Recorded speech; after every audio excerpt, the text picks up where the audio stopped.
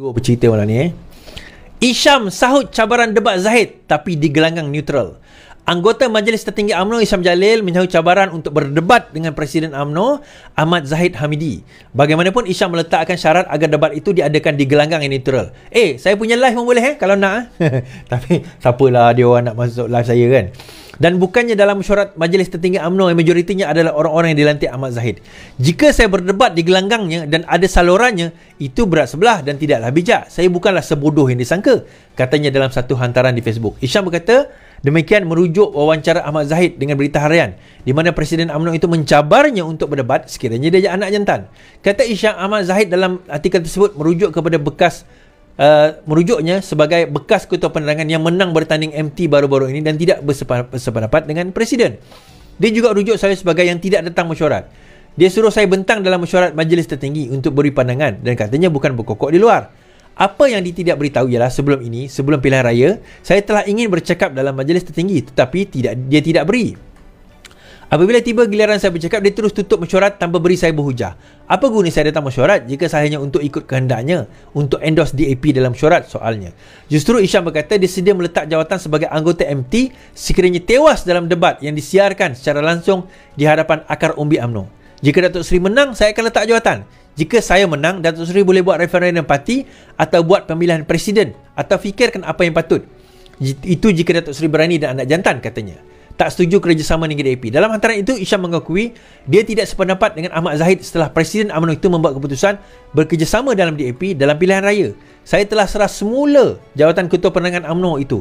Jika saya masih mengegangnya, saya perlu memperjuangkan DAP dan menutup sebelah mata ke atas perjuangan DAP menegakkan Malaysia. Ini bertentangan dengan pendirian saya. Mungkin dia terasa hati dan koyak dengan pendirian saya itu. Namun dia tak boleh paksa saya keluar dan tak boleh paksa saya dan akar umbi untuk terima DAP. Dia juga tuduhnya kononnya saya baling sembunyi tangan. Walau saya tidak pernah menyuruh orang-orang saya menghentam Presiden sebagaimana orang Presiden disuruh menghentam saya. Sebagaimana permintaan kita tidak boleh jadi munafik atau kerap berbohong, terutama untuk menjatuhkan orang yang tidak menyokong kita, katanya. Now, daripada awal tadi, apa yang Isham minta sebenarnya? Dia minta supaya UMNO mengadakan referendum. Kan, Datuk Seri Hamdi menegaskan tiada keperluan untuk mengadakan referendum dalam kalangan ahli berhubung kerjasama di antara parti itu dengan DAP. Beliau juga Presiden UMNO menegaskan cadangan supaya diadakan referendum diutarakan. Isham Jalil itu hanya mendapat pendapat peribadi dan semua orang tidak boleh dipaksa menerimanya. Kenapa perlu referendum? Tak perlu referendum. Saya menghormati pendirian peribadi tapi jangan maksa semua orang menepati pendirian itu, katanya. Baik. Now, macam mana boleh timbul isu ini, tuan-tuan? Yang pertama sekali, kita kena faham Isham Jalil ni dia pro kepada siapa? Okay? Dia pro kepada siapa? Itu yang kita kena faham yang pertama dahulu. Yang pentingnya dia tidak pro kepada Zahid Hamidi. Itu yang pentingnya. Dia bukan masalah DAP sangat. Ini bukan masalah DAP sangat, tuan-tuan. Ini bukan masalah kerja DAP. Masalah kepada DAP itu hanyalah picisan atau alasan yang digunakan nak mencetuskan polemik di kalangan ahli-ahli UMNO itu sendiri. Isu sebenarnya adalah masalah kepada Zahid, pimpinan Zahid itu sendiri. Now, ramai di kalangan pimpinan utama seperti KJ, kalau kita tengok apa orang kata KJ antara lain, kemudian Pasir Salak kita tengok, dan ramai pimpinan lain sama ada digantung atau dibuang, termasuk Isyamuddin Tunusin On, digantung atau dibuang. Banyak yang berlaku tindakan itu dibuat secara drastik oleh apa orang kata oleh Presiden, oleh Zahid Hamidi. Namun begitu, yang terlepas antaranya adalah Isham Jalil. Isham Jalil kebetulan pula menang mesyuarat kerja tertinggi MKT UMNO. Jadi dia tidak boleh dipecat dengan sewenang-wenangnya. Kita kata dia ada jawatan di dalam kedudukan tersebut. So, itu yang pertama. Jadi dia menggunakan alasan untuk apa tujuan, tuan-tuan? Supaya dia adakan referendum. Now, menarik sebenarnya kalau dia adakan pemenangan ini, dan saya teringin nak tengok, nak dengar. Kalau sekiranya UMNO tidak bekerjasama dengan DAP, sekiranya UMNO tidak bekerjasama dengan DAP, Isham Jalil nak mencadangkan UMNO bekerjasama dengan siapa? Ini mungkin soalan yang kalau Isham Jalil sudi jawab, tolong jawablah. Kalau UMNO tidak bekerjasama dengan DAP, tak nak dan tak boleh dan tak sepatutnya tak boleh bekerjasama dengan DAP, UMNO nak bekerjasama dengan siapa? Adakah UMNO ada masalah bekerjasama dengan PKR? Adakah UMNO ada masalah bekerjasama dengan Amanah? Itu soalan yang seterusnya. Sebab bila bekerjasama dengan DAP, berita kata dia bukan DAP. Dia bekerjasama dengan Pakatan Harapan as a whole. Pakatan Harapan as a whole, APCO Amanah, Parti Keadilan, DAP, mereka berada di bawah satu bumbung dinamakan Pakatan Harapan. UMNO bukan bekerjasama dengan DAP per se. UMNO bekerjasama dengan Pakatan Harapan as a group. Sebagaimana juga Pakatan Harapan bukan bekerjasama dengan UMNO. Pakatan Harapan bekerjasama dengan Barisan Nasional. Itu yang pertama. Now, soalan kita, kalau saya di tempat Datuk Zahid Hamidi lah. Baiklah, kalau kamu tak nak bekerjasama dengan DAP, kamu nak bekerjasama dengan siapa? Kamu nak bekerjasama dengan siapa? Adakah kamu, number one, rela jadi pembangkang dan bagi saja jawatan kerajaan kepada Perikatan Nasional ataupun Pakatan Harapan? Maksudnya UMNO tarik diri, biar Pakatan Harapan bergabung dengan sesiapa di dalam Perikatan Nasional ataupun bergabung dengan Perikatan Nasional, sebaliknya UMNO jadi pembangkang. Itu satu. Ataupun cadangan sebenar Hisham Jalil ialah supaya UMNO keluar menyokong Perikatan Nasional membentuk kerajaan dengan Perikatan Nasional. Mudah. Adalah lebih mudah kalau Hisham Jalil jelaskan. Lebih mudah sedemikian. Kita kena faham, walaupun Barisan Nasional ada 30 kerusi, DAP ada 40 lebih kerusi. DAP tarik sokongan, kerajaan kolaps. Jadi siapa, parti mana yang Hisham Jalil nak kerjasama? Itu soalan kita. Dia masalah referendum tak referendum, itu cerita lain. Baik, dia buat referendum, katakan. Dia buat referendum, katakanlah ahli UMNO mengatakan no, kita no DAP, kita tak kerjasama dengan DAP. Baik, then dia kena jawab soalan seterusnya.